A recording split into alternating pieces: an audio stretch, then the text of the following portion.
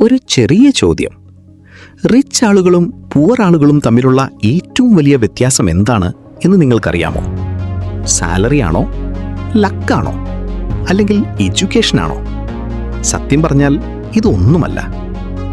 ഇന്ന് നമ്മൾ കാണാൻ പോകുന്നത് റിച്ച് ആളുകളും പുവർ ആളുകളും തമ്മിലുള്ള റിയൽ ഡിഫറൻസ് ആണ്. ഇത് നിങ്ങൾ മനസ്സിലാക്കിയാൽ നിങ്ങളുടെ ലൈഫ് തന്നെ മാറും. പുവർ ആളുകൾ എന്താണ് ചിന്തിക്കുന്നത്? എനിക്ക് സേഫായ ഒരു ജോബ് കിട്ടിയാൽ മതി. പക്ഷേ റിച്ച് ആളുകൾ ചിന്തിക്കുന്നത്, എങ്ങനെ ഞാൻ ഇൻകം ക്രിയേറ്റ് ചെയ്യാം? മൈൻഡ് സെറ്റാണ് എല്ലാം.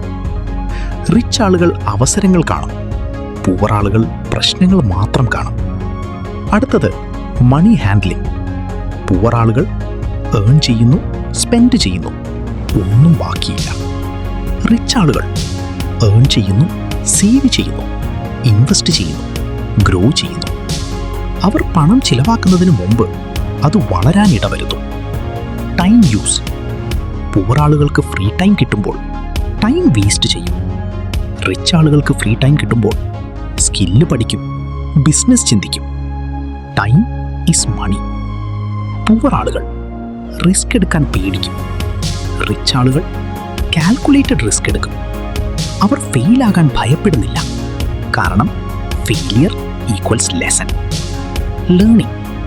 പുവർ ആളുകൾ പഠനം സ്കൂൾ കഴിഞ്ഞാൽ അവസാനിക്കുന്നു. റിച്ച് ആളുകൾ ജീവിതം മുഴുവൻ പഠിക്കും. ബുക്സ്, സ്കിൽസ്, എക്സ്പീരിയൻസ്, ഇതാണ് അവരെ വളർത്തുന്നത്.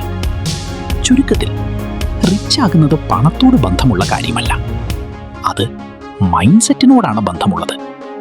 നിങ്ങൾ ചിന്ത മാറ്റിയാൽ നിങ്ങളുടെ ഫ്യൂച്ചർ മാറും.